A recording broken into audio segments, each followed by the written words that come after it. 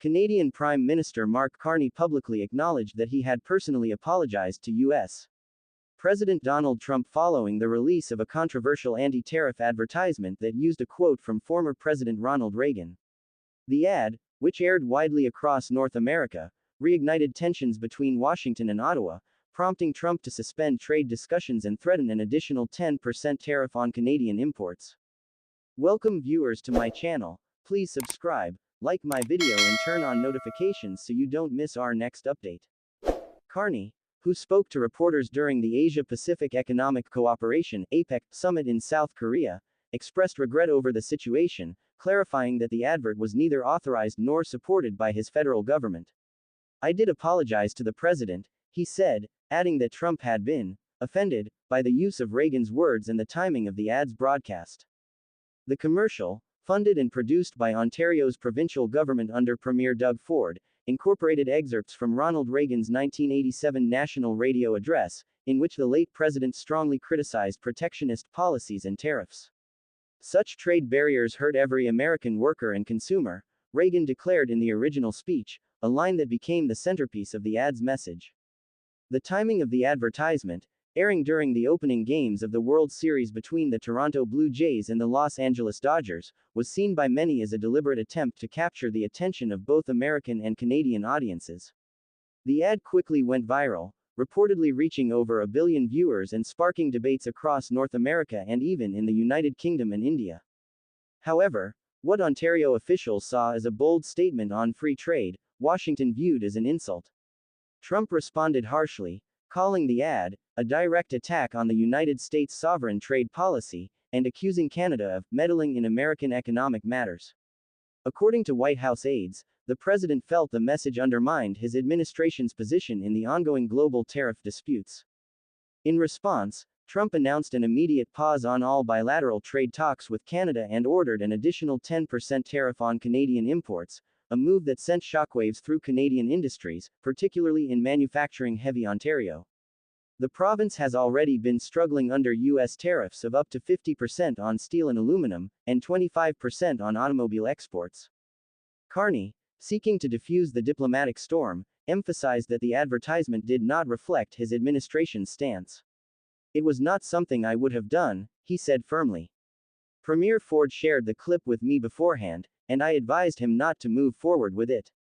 Despite the warning, Ford proceeded, arguing that it was a necessary message about the dangers of escalating tariffs.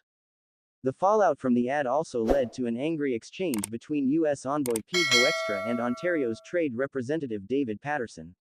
Reports from Canadian media described the conversation as an expletive-laced tirade, illustrating just how seriously Washington took the perceived slight. Ford later condemned Hoekstra's language, calling his remarks absolutely unacceptable, and demanding an apology to Patterson. President Trump, meanwhile, confirmed during a press briefing at the White House that Carney had apologized personally. "He did apologize," Trump said, adding that he and Carney have a very good relationship. Still, he made it clear that he considered the ad a mistake and a sign of disrespect.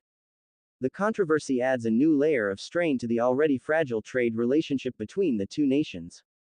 Since Trump's administration imposed sweeping tariffs on imports from Canada, China, Mexico, and the European Union, Canada has found itself repeatedly caught in the crossfire of global trade disputes. While many Canadian products remain exempt under the US-Canada-Mexico Agreement, USMCA, several sectors, particularly manufacturing and resource extraction, continue to suffer from high tariffs and uncertain market conditions. For Ontario, the economic stakes are particularly high. The province's economy relies heavily on cross-border trade, especially in automobiles and steel production. Local manufacturers have warned that further tariffs could lead to plant closures and job losses, putting thousands of Canadian families at risk. Ford, however, defended the advertisement, arguing that it was meant to remind both governments of the importance of open markets and shared prosperity. Trump's aides, however, interpreted the ad differently. According to one senior administration official, the use of Reagan's words, a Republican icon revered by many of Trump's supporters, was a calculated provocation. The official added that the ad's release just days before a critical U.S. Supreme Court hearing on the legality of Trump's tariffs was viewed in Washington as an attempt to influence American judicial proceedings from abroad. Trump himself echoed that sentiment, accusing Canada of trying to sway the outcome of the court case. They think they can pressure the US government with propaganda, he said. It's not going to happen. In Ottawa, opposition parties seized on the controversy as evidence of mismanagement between federal and provincial leaders. Critics accused Ford of undermining Carney's efforts to rebuild trust with Washington following years of trade tensions. This was reckless, one Liberal MP said. You don't play politics with international diplomacy, especially when livelihoods are at stake. Meanwhile, Canadian business leaders have urged both governments to return to the negotiating table. The Canadian Chamber of Commerce released a statement urging calm, saying, political theatrics should never come at the expense of trade stability between our two countries. The US and Canada have too much to lose from continued hostility. For now, the diplomatic rift remains unresolved.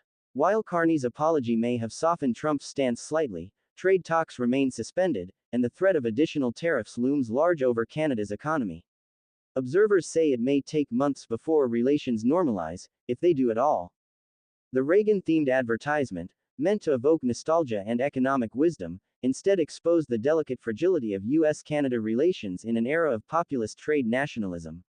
What was intended as a message of free trade unity has instead become a cautionary tale about how even symbolic gestures can spiral into full-blown diplomatic crises when politics and pride collide.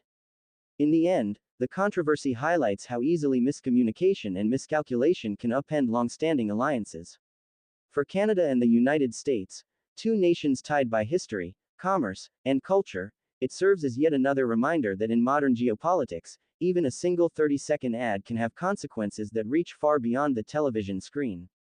The tension between Canada and the United States had been simmering for months, fueled by trade disputes, tariffs, and a mounting sense of mistrust that seemed to erode decades of cooperation between the two nations. When the controversial anti-tariff advertisement aired, no one could have predicted just how swiftly it would ignite a full-blown diplomatic storm. The advertisement, funded by the government of Ontario and aired during one of the most watched sporting events in North America, the opening games of the World Series between the Toronto Blue Jays and the Los Angeles Dodgers, used an old recording of former U.S. President Ronald Reagan. In the 1987 clip, Reagan had delivered a warning that tariffs and trade barriers would harm America's workers and consumers more than they would protect them. The message, though originally meant for a domestic U.S. audience decades ago, was now reborn in a new and politically charged context. Within hours of the ad's debut, the world was watching as diplomatic tempers flared between Ottawa and Washington.